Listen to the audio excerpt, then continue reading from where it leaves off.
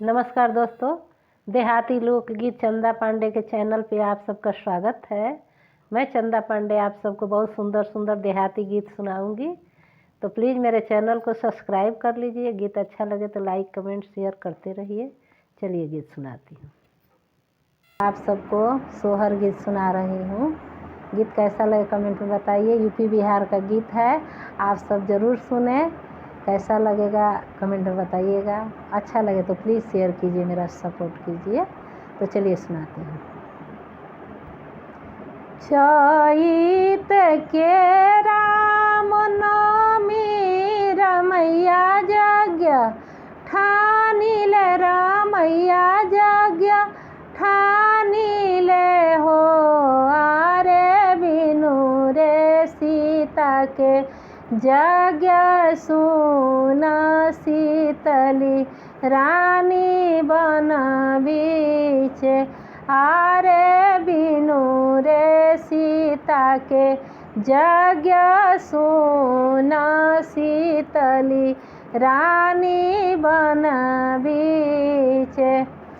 बिनती से बोलेली कौशल्या रानी सुनिए, वशिष्ठ मुनि सुनिए, वशिष्ठ मुनि हो। ये गुरुजी रउरे मनले सीता मनी है मानाई के ले आवहु, मानाई के ले आवहु हो।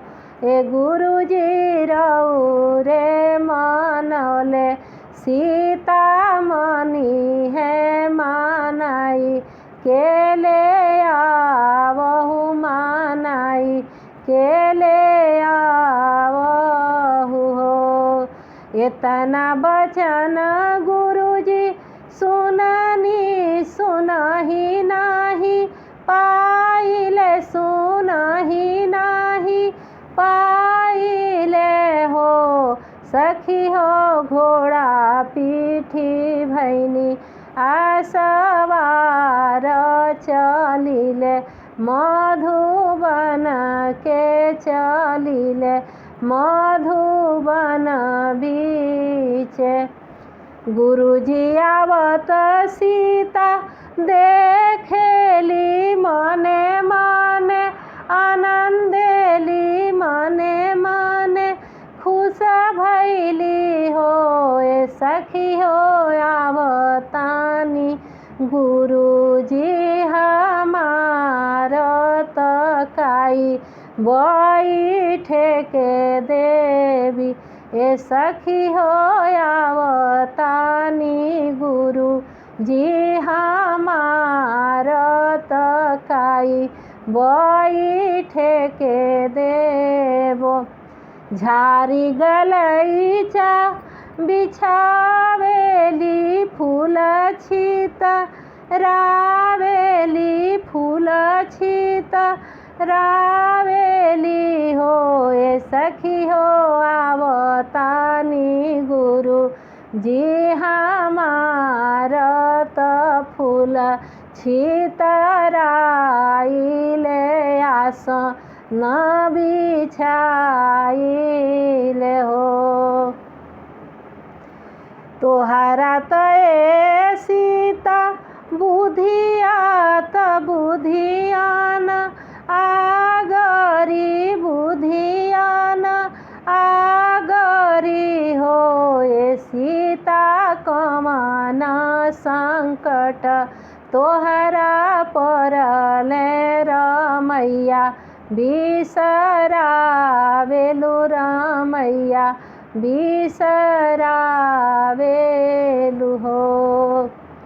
एक दिन ए गुरुजी उहे दिन जाही दिन बियाह भइले, जाही दिन बियाह भइले हो।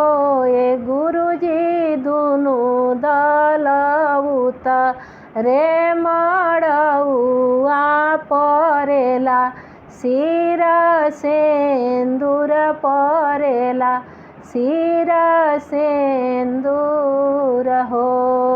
एक दिन ए गुरुजी उहे दिन जाही दिन गवन भैले जाही दिन गवन भैले हो ए गुरुजी कोहबर में बीड़ा वाला गवानी तउहे राम चूसिले उहे राम चूसिले हो।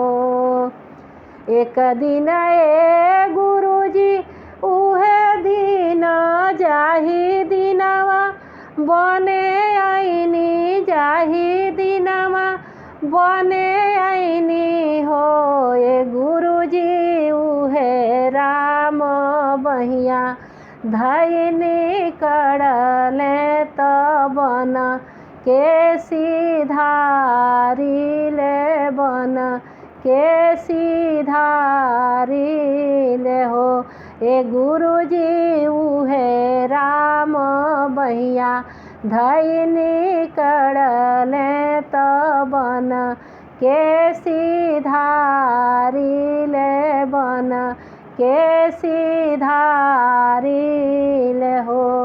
मानी जा हुए सीता मानी जा गुरु के कहना मानहु गुरु के कहना मानहु हो ए सीता गुनाय ए गुना सब माफ कर अयोध्या पाव ढारहु अयोध्या पाव ढारहु हो ए सीता गुनाय ए गुना सब माफ कर अयोध्या पाव ढार अयोध्या पाव ढार